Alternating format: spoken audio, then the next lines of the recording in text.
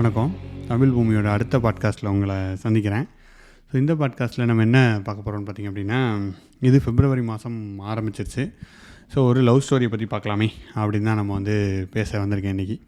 So இது என்ன சொல்கிறது, எதுக்காக நம்ம ஒரு டெக்னிக்கல் சேனலில் எதுக்குப்பா லவ் ஸ்டோரியை சொல்லிக்கிட்டு இருக்கேன் அப்படின்னா நான் சொல்லுவேன். ஏன்னா நான் பொதுவாக சொல்லிட்டு நம்ம ஒரு தீம் அதுக்காக தான் வச்சுருக்கோம் ஜென்ரலாக. ஏன்னா இப்போது நம்ம ஒரு டெக்னிக்கலே பேசிக்கிட்டு இருந்தோம்னு வைங்களேன், எப்போ பார்த்தாலும் டெக்னிக்கலே ஒரு மனுஷன் படிச்சுட்டே இருக்க முடியும். இந்த மிஷினில் நீங்கள் படி, இந்த டேட்டா இன்ஜினியரிங் படி, அதை படி, இதை படிச்சா அப்படின்னு ஒரு சைடில் பேசுவோம்.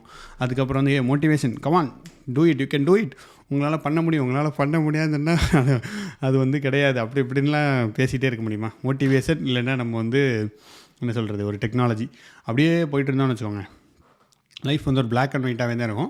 ஸோ மோட்டிவேஷன்லேயே ஒரு கிரேட்டஸ்ட் மோட்டிவேஷன் என்னென்னு பார்த்திங்க அப்படின்னா லவ்னு சொல்லுவேன். ஏன்னா இது என்னோடய வாழ்க்கையில் நடந்த எக்ஸ்பீரியன்ஸு. ஸோ அது எங்கெல்லாம் எனக்கு ஹெல்ப் பண்ணுச்சு, எப்படி என்னை ஒரு நெக்ஸ்ட் லெவலுக்கு கொண்டு போகிறதுக்கு உதவி பண்ணுச்சு அப்படின்றத பற்றி உங்க கூட ஷேர் பண்ணிக்கலாம் அப்படின்றது. இட்ஸ் எ ஹிடன் மோட்டிவேஷன் தான் கண்டிப்பாக. ஏன்னா என்னோடய லவ் ஸ்டோரி பார்த்திங்கன்னா எல்லாமே காமெடியான லவ் ஸ்டோரி தான் இருக்கும். ஒரு சீரியஸான லவ் ஸ்டோரி ஒன்றுமே கிடையாது. பிகாஸ் நான் பேசிக்கலி இந்த அட்டகத்தின்னு ஒரு படம் வந்துச்சு, அது பார்த்துருப்பீங்கன்னு நினைக்கிறேன்.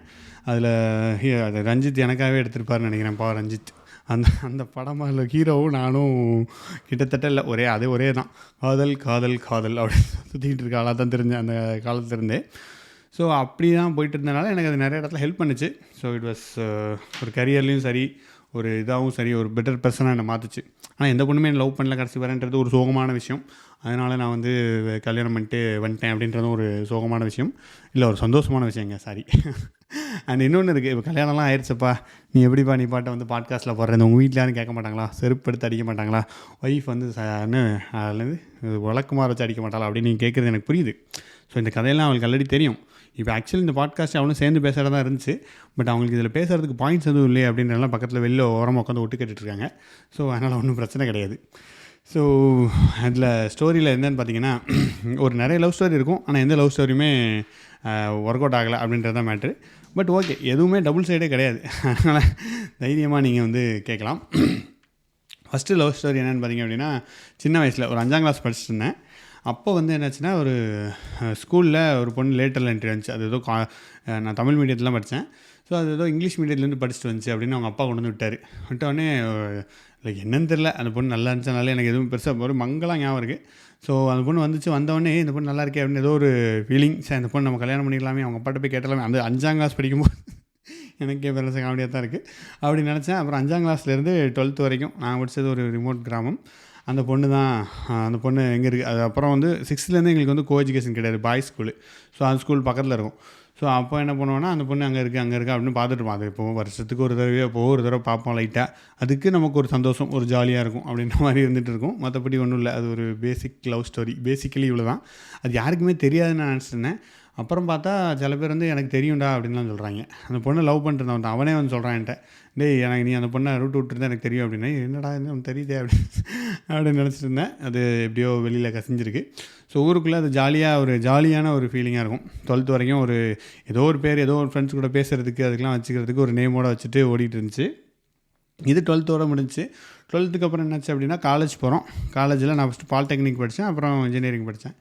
ஸோ அங்கே பார்த்திங்க அப்படின்னா, நம்ம வீட்டில் வேலைக்கு போகணுன்ற சுச்சுவேஷன். ஸோ ஓகே, நம்ம வீட்டில் கொஞ்சம் சுச்சுவேஷன்லாம் நமக்கு தெரியறதுனால அங்கே போய்ட்டு நம்ம எந்த பொண்ணையும் பார்க்குறோம். ஆல்ரெடி பொண்ணுகிட்ட பேசுகிறது 12th வரைக்கும் ஒரு மனுஷன் பொண்ணுகிட்டே பேசினதே கிடையாது.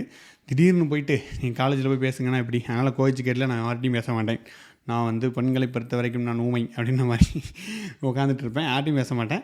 யாராவது ஏதாவது இப்போ பென்சில் கேட்டாங்கன்னா கொடுக்குறது அவ்வளோதான். லேபில் ஏதாவது கேட்டாங்கன்னா கொடுக்குறது அவ்வளோதான். மற்றபடி ஒன்றும் பேசுகிறது கிடையாது. அதனால் அங்கேயும் பெருசாக ஒரு ஸ்டோரியும் கிடையாது.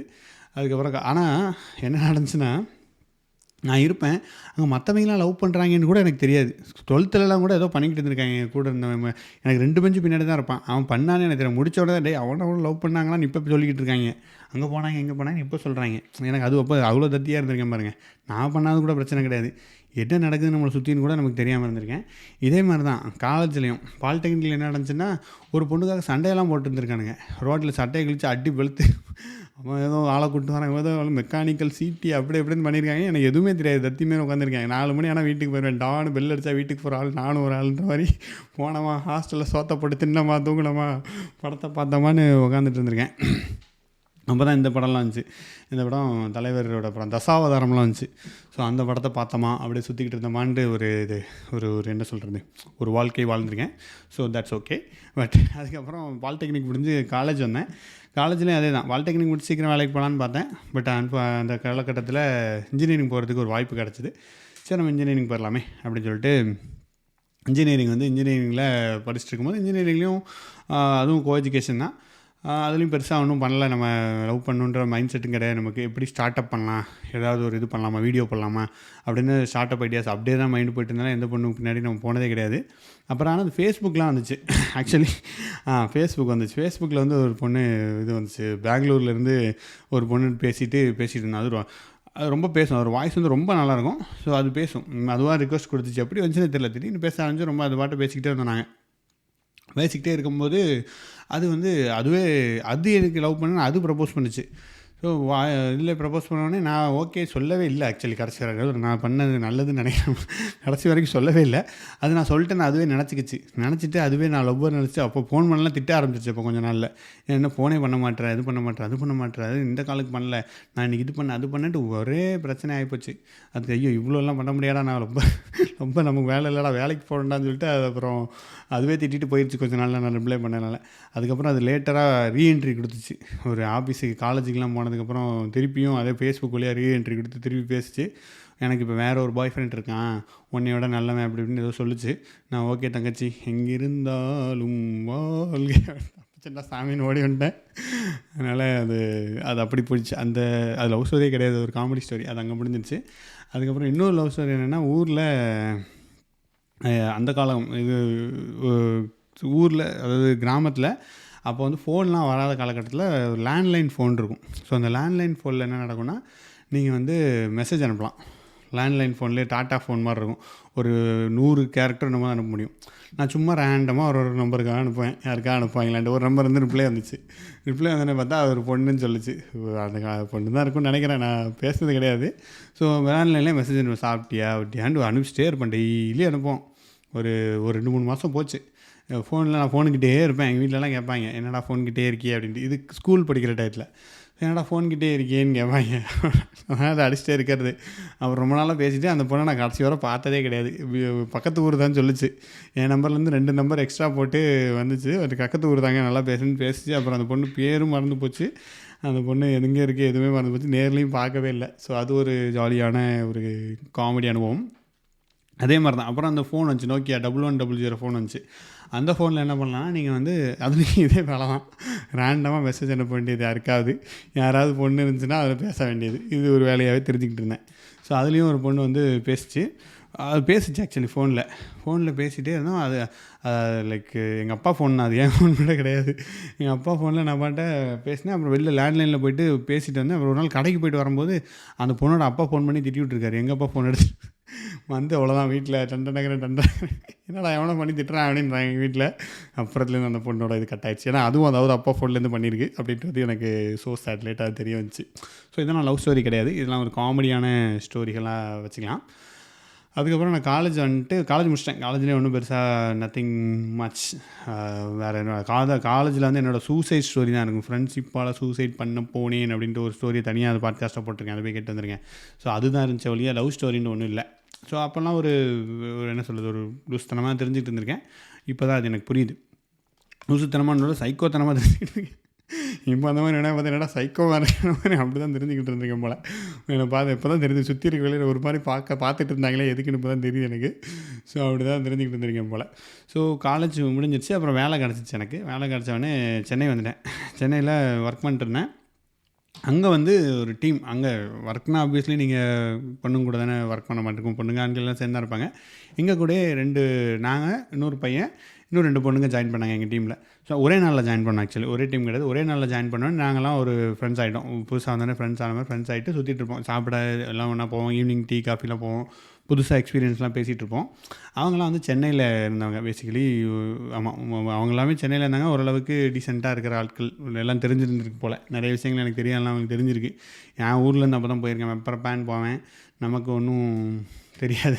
என்னதான் இருந்தால் ஒரு கிராமத்தான் அப்படின்றது எனக்கு அது வரைக்கும் தெரியாமல் இருந்துச்சு. அங்கே போய் தான் தெரிஞ்சு. அவங்ககிட்ட பேசினோடனே அவங்க பேசுகிற விஷயம் எனக்கு நிறைய புரியாது. நான் புரியாலும் சும்மா பேசிகிட்டு இருந்திருக்கேன். ஆனால் போயிட்டுருந்துச்சு, அப்படியே போயிட்டுருந்துச்சு. போயிட்டுருக்கவும் அதுக்கப்புறம் அந்த இதில் அந்த ஒரு பொண்ணு வந்துட்டு ரொம்ப நல்லா பேசும், பேசிச்சு. அது வந்து நல்லாயிருக்கும்.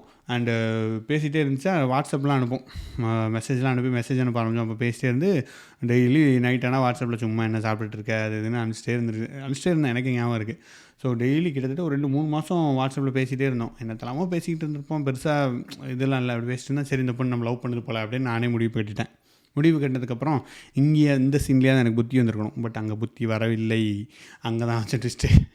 அந்த பொண்ணு வந்து சொல்லிச்சு ஒரு நாள் எல்லாம் பேசிகிட்டு இருக்கும்போது, எனக்கு இது வரைக்கும் 13 பேர் ப்ரப்போஸ் பண்ணியிருக்காங்க.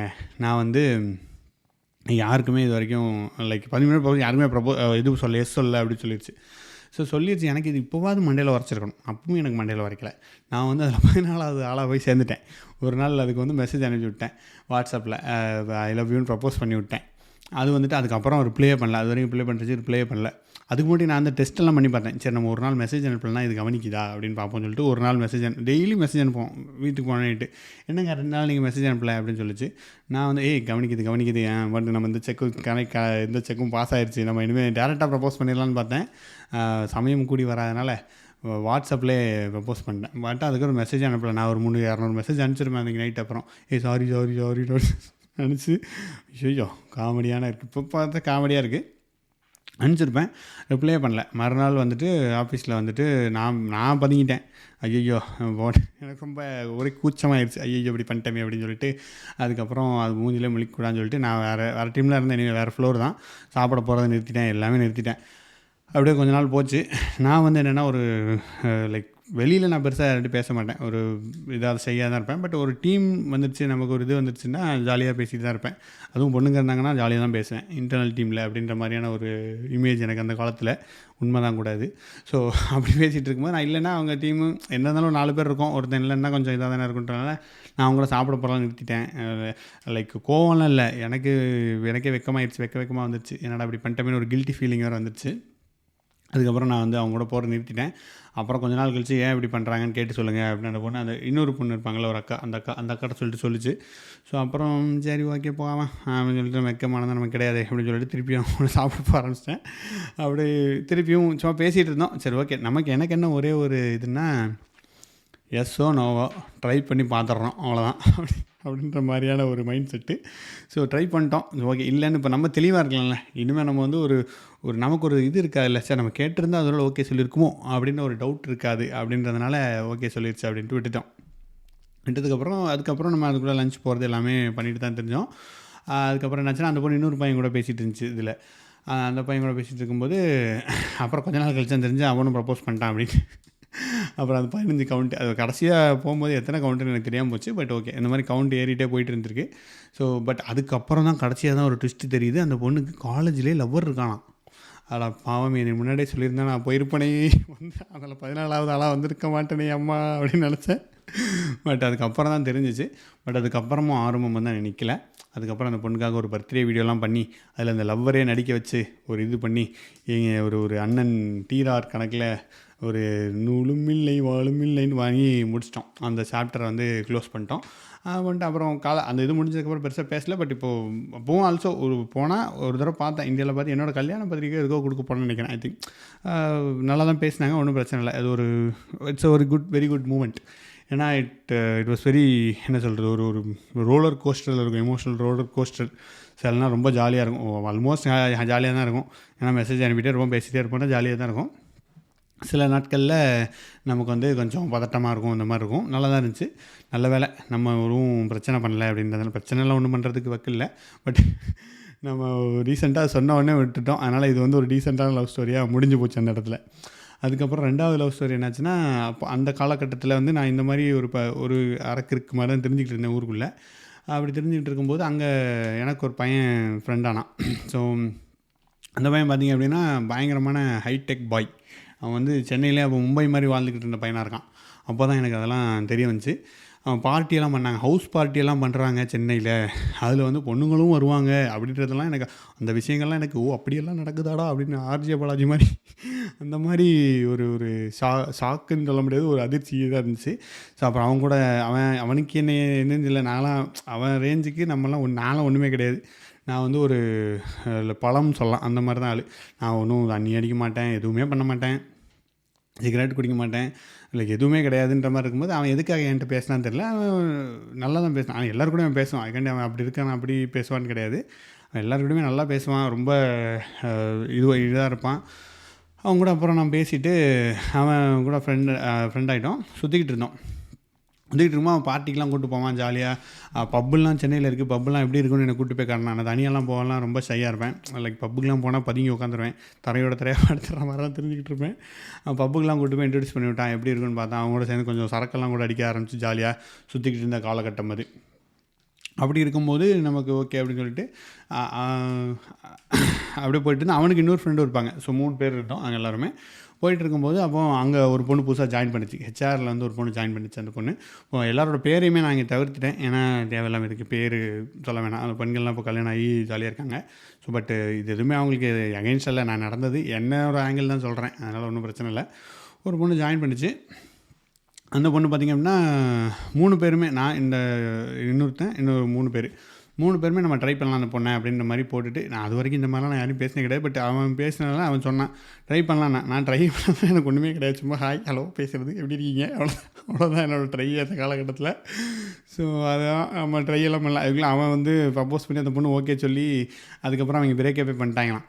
அப்புறம் கொஞ்ச நாள் கழிச்சு அந்த பொண்ணு வந்து என்ன நடந்துச்சுன்னா, இங்கே தான் நீங்கள் ஒரு ஸ்டோரியை கவனமாக கவனிக்கணும்.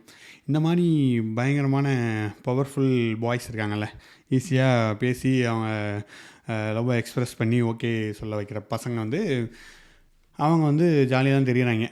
நம்ம மாதிரி என்னைய மாதிரி ஒன்றுமே இது பண்ண தெரியாமல் ஒரு பெரிய விஷயமா நினைக்கிறவங்களுக்கு அப்புறம் அந்த பொண்ணு தான் என்கிட்ட சொல்லிச்சு. அதுக்கப்புறம் அந்த பொண்ணு அவன் பிரேக்கப் பண்ணோன்னே அந்த பொண்ணு ரொம்ப சோகமாயிடுச்சு. சோகமானதுக்கப்புறம் என்கிட்ட பேச ஆரம்பிச்சிச்சு. அப்போ நான் நீ லவ் பண்ணது நான் தெரிஞ்சுக்கிட்டு இருக்கேன். லூஸ் எனக்கு காமெடியாக இருக்கேன் நீ நினச்சாலே. பட்டு அப்புறம் பேச ஆரம்பிச்சாலும் அவனை பற்றி தான் பேசும் என்கிட்ட எப்போவுமே. அப்போ பேசிகிட்டு இருக்கும்போது அதுவே சொல்லிச்சு, இல்லை நான் உனக்கு தெரியுமா அப்படின்னு சொல்லிட்டு அதுதான் எனக்கு அவனை பற்றின இன்னொரு ஸ்டோரியை சொல்லிச்சு. பெண்களோட வியூ பாயிண்ட் ஆஃப் அவனை பற்றி சொல்லிச்சு. சொல்லும் போது ஓகே இல்லை அவன் நிறைய பேர் வந்து அவன் லவ்னாலே டபுள் சைடு லவ் தான், ஒன்றே மாதிரி சிங்கிள் சைடாக சுற்றிட்டு பண்ணிச்சியா அப்படின்னு சொல்லிட்டு இருந்துச்சு. சரி ஓகேங்க அப்படின்னு சொல்லிட்டு இந்த லவ் ஸ்டோரி நமக்கு ஒர்க் அவுட் ஆகலன்ட்டு முடிஞ்சு போச்சு. ஸோ அதோட இந்த லவ் ஸ்டோரி ஊற்றி மூடிட்டு விட்டாச்சு. அதுக்கப்புறம் இன்னொரு லவ் ஸ்டோரி என்ன நினச்சி அப்படின்னா, இதுதான் ஓரளவுக்கு ஒரு இது வாழ்க்கையை திருப்பி போட்ட லவ் ஸ்டோரின்னு சொல்லலாம். இதுவும் அதேமாதிரி தான். இது என்னாச்சு அப்படின்னா இதுவும் இன்னொரு பொண்ணை நான் ஒரு இன்ட்ரடக்ஷன் கிடச்சிது ஒரு பொண்ணிட்ட. அந்த பொண்ணிட்ட நம்ம பேசிகிட்டு இருக்கும்போது அதுவும் நல்லாவே பேசிச்சு, நல்லா ஜாலியாக பேசிச்சு. மெசேஜ் அனுப்பிச்சு வழக்கம் போல் மெசேஜ் தான் வழக்கம் போல். இந்த ரெண்டும் எனக்கு பெருசாக பிரச்சனையே இல்லை. அவங்க 2 பேரும் போங்க எனக்கு வேறு லவ் ஸ்டோரி இருக்குது, நான் வேணா ஒரு பொண்ணை மாற்றிட்டு இன்னொரு தான் ட்ரை பண்ணிகிட்டே இருந்திருக்கேன். ஸோ அப்புறம் இன்னொரு இதில் ட்ரை பண்ணுவோம். அந்த பொண்ணு என்ன சொல்லிச்சு அப்படின்னா, பேசிகிட்டே இருந்தோம். அந்த பொண்ணு நல்லா பேசிகிட்டு இருந்தோம். இதே மாதிரி தான் சேம் ஸ்டோரிங்க. ஸ்டோரியில் வித்தியாசமே கிடையாது. வாட்ஸ்அப்பில் பேசிகிட்டே இருப்போம். திடீர்னு நான் ப்ரப்போஸ் பண்ணுவேன், என்னை திட்டி விட்டுறதா போயிடுவேன். இவ்வளோதான் சிம்பிள் ஸ்டோரியாக இருந்தேன் என் வாழ்க்கையில். இந்த பொண்ணோட இதால் என்ன நினச்சின்னு பார்த்தீங்கன்னா, நான் இதே மாதிரி பேசிட்டே இருந்தேன். ப்ரப்போஸ் பண்ணேன் ஒரு நாளைக்கு. ப்ரப்போஸ் பண்ண உடனே அது வந்து ரிஜெக்டே பண்ணல. ரிஜெக்ட் பண்ணாமல் ஏதோ ஒரு ஸ்மைலி அனுப்பிடுச்சு.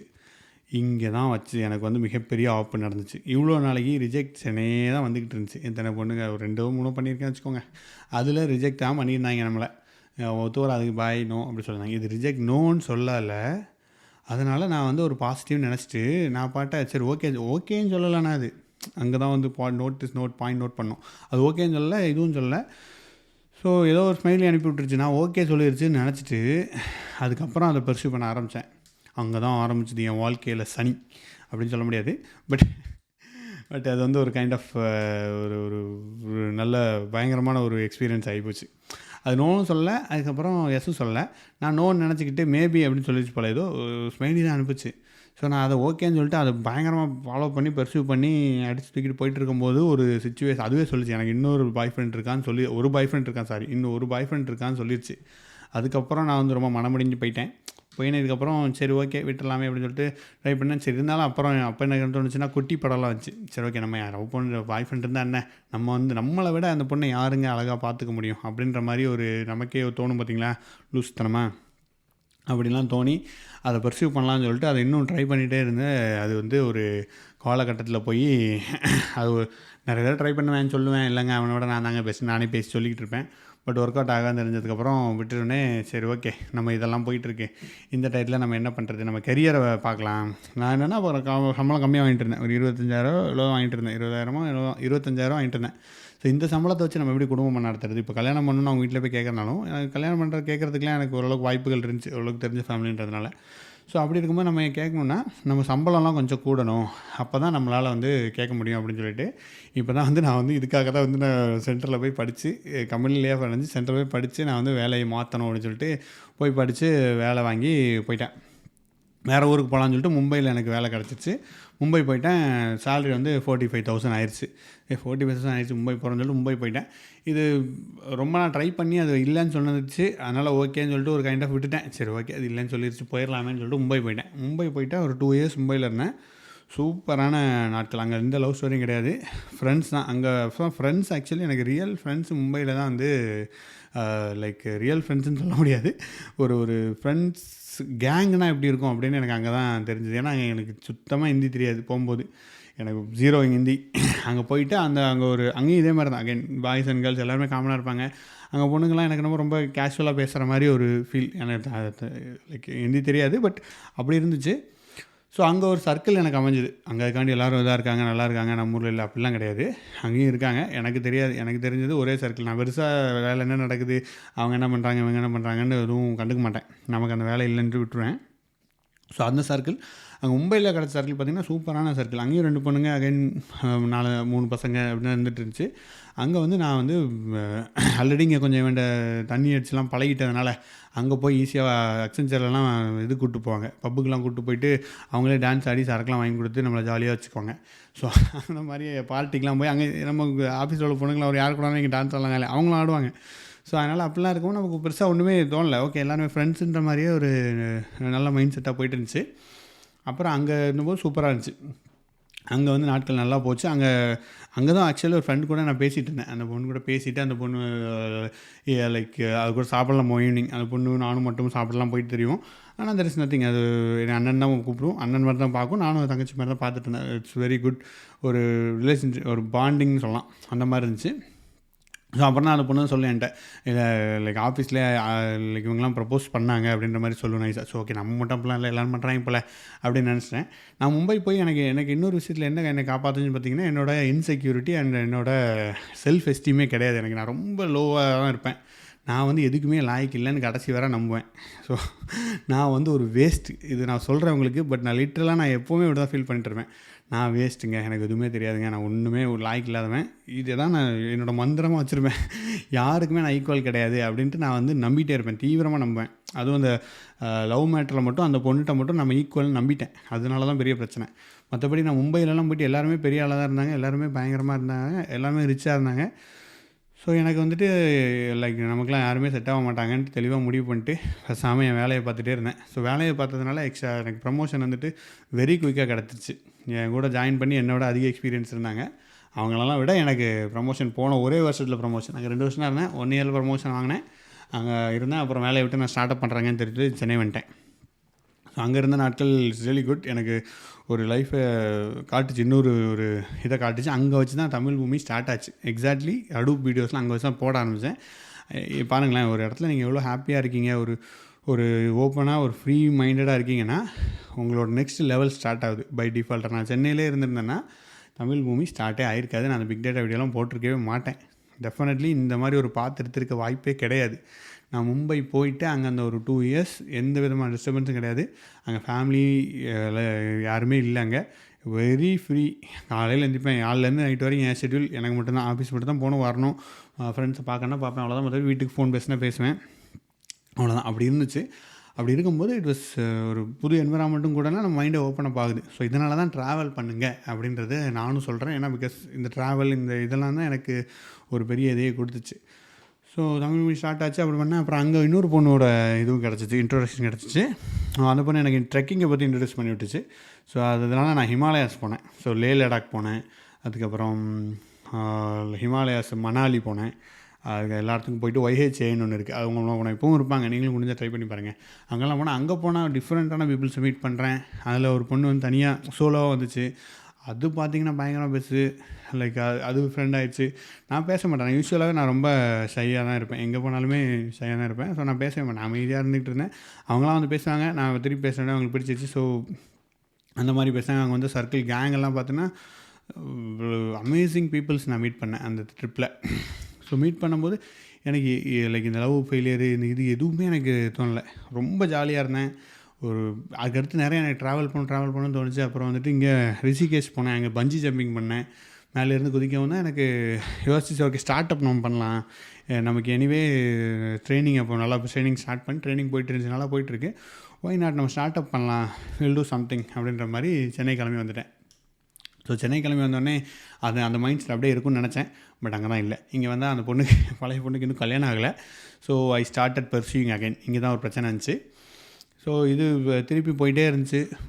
நானும் திருப்பி ட்ரை பண்ணிட்டே இருக்கேன், மெசேஜ் அனுப்புகிறேன், வரேன். அந்த பொண்ணுக்கு வாட்ச்மேன் வேலைகள் நான் தான் பார்த்துக்கிட்டு எல்லாம் தெரிஞ்சுக்கிட்டு இருந்தேன்.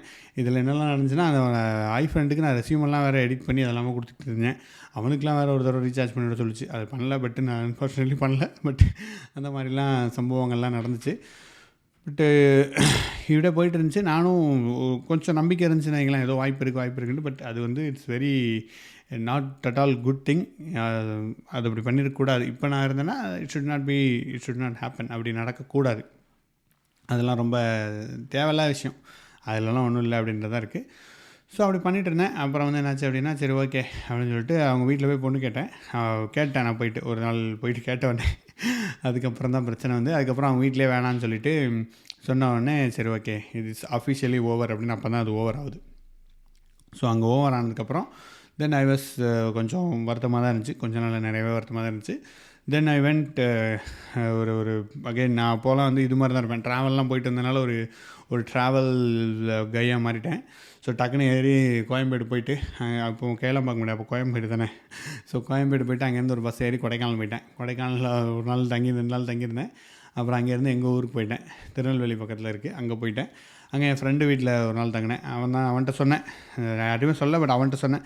அவன் தான் சொன்னான், சரி நீ வந்து அது வேண்டான்னு சொல்லிடுச்சு, இதுக்கு மேலே நீ இதை ட்ரை பண்ணேன்னா உனக்கு தான் அசிங்கம். உனக்கு ஏதோ கொஞ்சம் நஞ்சம் மதிப்பு இருக்கும், அந்த மதிப்பை அப்படியே காப்பாற்றிட்டு போயிரு அப்படின்னு ஒரு வாழ்க்கையிலே மிகச்சிறந்த அட்வைஸ் கொடுத்தான். ஸோ இது வந்து எனக்கு இன்னும் ஞாபகம் இருக்குது. அவன் வீடு வாசலில் உட்காந்து பேசிகிட்டு இருக்கும்போது அவன் இது சொன்னான். ஸோ ஆனால் அவன் லவ் ஸ்டோரி எனக்கு சொன்னான். அது இன்னும் பயங்கரமான லவ் ஸ்டோரியாக இருந்துச்சு. சரி ஓகே நண்பா, இப்படிலாம் நாட்டில் நடக்குதுட்டா, எனக்கு ஒன்றும் பிரச்சனை இல்லை, நான் ஒன்றே அளவுக்கு நான் பாதிக்கப்படலடா நண்பா அப்படின்னு சொல்லிட்டு அதோட முடிச்சிடலான்னு சொல்லிட்டு அந்த ட்ரிப். அதுக்கப்புறம் நான் இங்கேருந்து சபரிமலை கிளம்பி போனேன். அவங்க கூட தான் போனேன். போயிட்டு அங்கெல்லாம் சாமியெல்லாம் பார்த்துட்டு திருப்பி சென்னை வந்தோடனே கம்ப்ளீட்லி அது ஓவர் அப்படின்னதுக்கப்புறம் எனக்கு திருப்பி வேறு சரி ஓகே அஃபிஷியலாக நம்ம வேறு பொண்ணு பார்க்க ஆரம்பிக்கலாம் அப்படின்னு சொல்லிட்டு வீட்டில் பொண்ணு பார்க்க ஆரம்பிச்சிட்டாங்க. ஸோ அதுக்கப்புறம் ஒரு நல்ல பொண்ணு செட் ஆகி கல்யாணம் பண்ணியாச்சு. ஸோ கல்யாணம் பண்ணதுக்கப்புறம் பார்த்திங்க அப்படின்னா நான் எல்லாமே சொல்லிட்டேன் தான். நான் வந்துட்டு சொல்லிடுவேன் தான். ஸோ நான் வந்து இப்போவே பாட்காஸ்ட் சொல்கிறேன். இதுக்கு முன்னாடி இது எல்லாமே அவங்களுக்கு தெரியும், என்னோடய ஒய்ஃபுக்கும் தெரியும். ஸோ அவங்க wife is really good. And அதெல்லாம் போகாமல் இருந்ததுக்கு இப்படி கிடச்சது ஒரு நல்ல விஷயம் அப்படின்றது எனக்கு தோணுச்சு. ஸோ அதுக்கப்புறம் இவங்ககிட்ட பேசிவிட்டு நான் சொன்னேன், இந்த மாதிரிலாம் நடந்துச்சு, இதெல்லாம் என்னோடய பழைய ஒரு இருதலை காதல் கிடையாது, ஒரு தருதலை காதல் அப்படின்னு சொல்லி அந்த சாப்டர்லாம் சொன்ன உடனே ஓகே ரொம்ப கொஞ்சம் கோவமாக தான் இருந்தாங்க இனிஷியலி. பட் அதுக்கப்புறம் என்னை பற்றி தெரிஞ்சதுக்கப்புறம் ஓகேவாயிடுச்சு. ஸோ இதுதான் என்னோடய காதல் கதைகளாக போயிட்டு இருந்துச்சு. ஸோ இதில் நான் இப்போது திருப்பி என்னால் போய் இதெல்லாம் மாற்ற முடியும் இந்த ஸ்டோரியை அப்படின்னா, இதில் நிறைய விஷயங்கள் நான் மாற்றிடுவேன். எனக்கு எல்லாத்தையுமே நான் மாற்றி விட்டு வந்துடுவேன். பிகாஸ் ஆனால் அப்படி மாற்ற முடியாது. ஆனால் இதில் நான் என்ன தான் இதில் கஷ்டப்பட்டிருந்தாலும் ரொம்ப சோகமாக தான் இருக்கும். It was really heart breaking மாதிரி தான் இருக்கும். அதெல்லாம் போயிட்டு ஒரு எமோஷனல் ரோலர் கோஸ்டாக இருக்கும். டெய்லி ஒரு நாள் சூப்பராக ஒர்க் பண்ண முடியும், ஒரு நாள் ஒர்க் பண்ண முடியாது, இப்படி தான் போயிட்டு வந்துகிட்டே இருக்கும். ஏற்ற இறக்கங்கள் நிறைய வந்துகிட்டே இருக்கும். பட் என்ன நடந்தாலும் இது எனக்கு வந்து நிறைய என்ன சொல்கிறது, ஒரு எக்ஸ்ட்ரா ஒரு மோட்டிவேஷனை கொடுக்கும். திடீர்னு ஒர்க் பண்ணணும் அப்படின்னு மோட்டிவேஷன், வேலைக்கு போகணும், நிறைய சம்பாதிக்கணும், அதெல்லாம் கொடுத்துச்சு. இல்லைனா நான் அதே 20,000 சம்பளத்தையும் உட்காந்துருப்பேன். ஸோ இந்த மாதிரி நிறைய விஷயங்கள் இதனால் எனக்கு ஒரு மோட்டிவேஷன் ஹெல்ப்ஃபுல்லாக நடந்துச்சு. ஸோ இதெல்லாம் நடந்ததுனால ஸோ ஓகே நாங்கள் எல்லாமே பெனிஃபிட் தாங்கன்னு போயிடுவேன். ஸோ இப்போ போய்விட்டால் இப்போ என்னால் if I can change it, I will change every thing. But change ஆக முடியாது. அதனால் ஓகே தான், ஐ ட்ரூலி அக்செப்ட் இட். ஸோ இப்போ எனக்கு வந்து அதை பார்த்தா காமெடியாக தான் இருக்குது. அந்த பொண்ணுங்க எல்லாத்துக்குமே கல்யாணம் ஆகிடுச்சு, எல்லாமே ஜாலியாக இருக்காங்க. எனக்கும் கல்யாணம் ஆகிடுச்சு, நானும் ஜாலியாக தான் இருக்கேன். So there is nothing. அந்த எபிசோட்ஸ் எல்லாமே இட்ஸ் ஆல் ஓவர். பட் இதெல்லாம் ஜஸ்ட்டு ட்ரை பண்ணி பார்க்குறோம், அவ்வளோதான். That's all it takes. ஆனால் இதில் எனக்கு ஒரு நல்ல விஷயம் என்ன நடந்து போச்சுன்னா, எந்த பொண்ணுமே என்னை லவ் பண்ணல. அது என் வாழ்க்கையில் இருந்த ஒரு மிகச்சிறந்த நல்ல விஷயம் நான் நம்புவேன். ஏன்னா லவ் பண்ணிருந்துச்சுன்னா அதுக்கப்புறம் உள்ள ஸ்டோரி எப்படி இருக்குன்னு எனக்கு தெரியாது. ஸோ உங்களை யாராவது அந்த மாதிரி நீங்கள் லவ் பண்ணியிருந்தீங்க, உங்கள் ஸ்டோரியை ஷேர் பண்ணால் சொல்லுங்கள், இங்கே வந்து பேசுங்க. ஸோ நம்ம பேசலாம். அண்ட் இப்போ ரீசெண்ட் டைமில் பார்த்திங்க அப்படின்னா லவ் பண்ணுறவங்க எல்லாருமே மேக்ஸிமம் சொல்ல முடியாது, கொஞ்சம் அதிகமான பர்சன்டேஜ் வந்து டிவோர்ஸ் பண்ணுறாங்க. ஸோ இது நான் ஸ்டாட்டிஸ்டிக்ஸை வச்செல்லாம் பேசலை, எனக்கு தெரிஞ்ச சர்க்கிள்லேயே தெரியுது என்ன சண்டை போடுறாங்கன்ட்டு. இப்போ இட் டசன்ட் ஈவன் மேட்டர். நீங்கள் லவ் மேரேஜோ அரேஞ்ச் மேரேஜோ இல்லை வாட் எவர் த மேரேஜோ, இட் டசன்ட் மேட்டர். நீங்கள் வந்துட்டு யாரை கல்யாணம் பண்ணாலும் நீங்கள் எப்படி இருக்கீங்க அப்படின்றத பொறுத்து தான் அவங்க மேரேஜ் இருக்க போகுது அப்படின்றது ஒரு மேரேஜ் பண்ண ஒரு மனிதனால் எனக்கு வந்து இது தெரியுது. ஸோ நான் லவ் மேரேஜ்லாம் பண்ணியிருந்தா கூட இவ்வளோ ஜாலியாக போயிட்டுருக்கோம் அப்படின்லாம் வாய்ப்பே இல்லை, அப்படி நம்பிக்கை இல்லை. But it doesn't matter. இப்போ பெருசாக டிஃப்ரென்ஸ் எனக்கு இருக்கிற மாதிரி தெரியல. So that's all from my end. And இந்த லவ் ஸ்டோரி இதை வந்து நான் என்னோடய ஃபேமிலிக்கு தெரியும், கொஞ்சம் தெரியும். மற்றபடி இதை நான் யாருக்கிட்டையும் சொன்னதில்லை. என் ஒய்ஃபுக்கு தெரியும், தெரியும். பட் இந்த அளவுக்கு டீட்டெயில் நான் பேசினது கிடையாது. பட் இந்த எக்ஸ்டெண்டட் ஃபேமிலிக்கு இதை நான் சொல்ல நினச்சேன். இது சொல்கிறதுக்கு எப்படி முடியுதுன்னு பார்த்தீங்கன்னா, எனக்கு இப்போ இட் டசன்ட் மேட்டர். அது எல்லாமே எனக்கு ஒரு சின்ன ஈவெண்ட், பாஸ்ட்டில் இருந்த ஒரு ஈவெண்ட்டாக இருக்குது. அதனால் இப்போ எனக்கு தெர் இஸ் நோ யூஸ் எப்படி நடந்துச்சு அப்படின்றதுனால நான் அதை வச்சுட்டு இது பண்ண போகிறோம். இல்லை அவங்க அப்படி எந்த பொண்ணுங்க மேலேயும் எனக்கு எந்த விதமான கோவமோ ஒரு இதுவோ இல்லை. I just moved on. அதுதான். இப்போது இனிஷியலாக என்ன நடக்கும், ஒரு கோவம் இருக்கும். சார் இப்படி ஆயிடுச்சு, இப்படி அது இப்படி பண்ணியிருக்கலாமே, அது இப்படி பண்ணியிருக்கலாமே, அது அப்படி பண்ணியிருக்கலாமே, சார் அது ஏன் அப்படி சொல்லிச்சு, அது ஏன் எனக்கு நோ சொல்லாமல் ஸ்மைலிஸ் பண்ணிச்சு, எக்கச்சக்க இது இருந்துச்சு. இனிஷியலாக நிறைய கோவம் வரும், அந்த பையன் பாய் ஃப்ரெண்ட் மேலே கோவம் எல்லாம் வரும். பட் இப்போ யோசித்து பார்த்தா எல்லாமே நான் தான் எல்லாத்துக்குமே காரணம். நான் மாறி இருந்தால் nothing would have happen. So அதனால் யார் மேலேயும் எனக்கு எந்த கோவமும் இல்லை, எதுவுமே இல்லை. இட்ஸ் ஆல் பீஸ் அப்படின்ற மாதிரி வச்சுட்டு இருக்கிறதுனால என்னால் இதை ஜாலியாக பேச முடியுதுன்னு வச்சுக்கோங்களேன். ஸோ இது நான் ஏன் சொல்கிறேன் இந்த பாட்காஸ்ட்லனா, it could be useful to somebody. இந்த இதில் நீங்கள் கரண்ட்லி கோ த்ரூ பண்ணிகிட்டு இருக்கலாம். 2K கிட்ஸ் லெவல்லாம் மாறிடுச்சு சொன்னாலும் still similar things you may be going through, who knows. So அதனால் ஒரு மென்டல் அவேர்னஸ், ஒரு மென்டல் இதுவும் இருக்கிறனால சொல்கிறேன். ஸோ இட்ஸ் ஜஸ்ட் ஒரு பேஸ், வாழ்க்கையில் ஒரு ஃபேஸ் தான் அது. It's not going to last long. அது ரொம்ப நாள் இருக்க போகிறதுக்கு வாய்ப்பே கிடையாது. அதுக்கப்புறம் ரியாலிட்டி அப்படின்னு ஒன்று வந்துடும். It is entirely different. So அந்த இதை சொல்லிவிட்டு இந்த பாட்காஸ்ட்டை நிறைவு பண்ணுறேன். அண்ட் நீங்கள் யாராவது இந்த பாட்காஸ்ட் கேட்டால் இட் மைட் பி யூஸ்ஃபுல் நீங்கள் நினச்சிங்கன்னா கண்டிப்பாக ஷேர் பண்ணுங்கள். இதில் உங்களோட கமெண்ட் எது இருந்தால் கண்டிப்பாக ஷேர் பண்ணுங்கள். So that's it. நன்றி, வணக்கம்.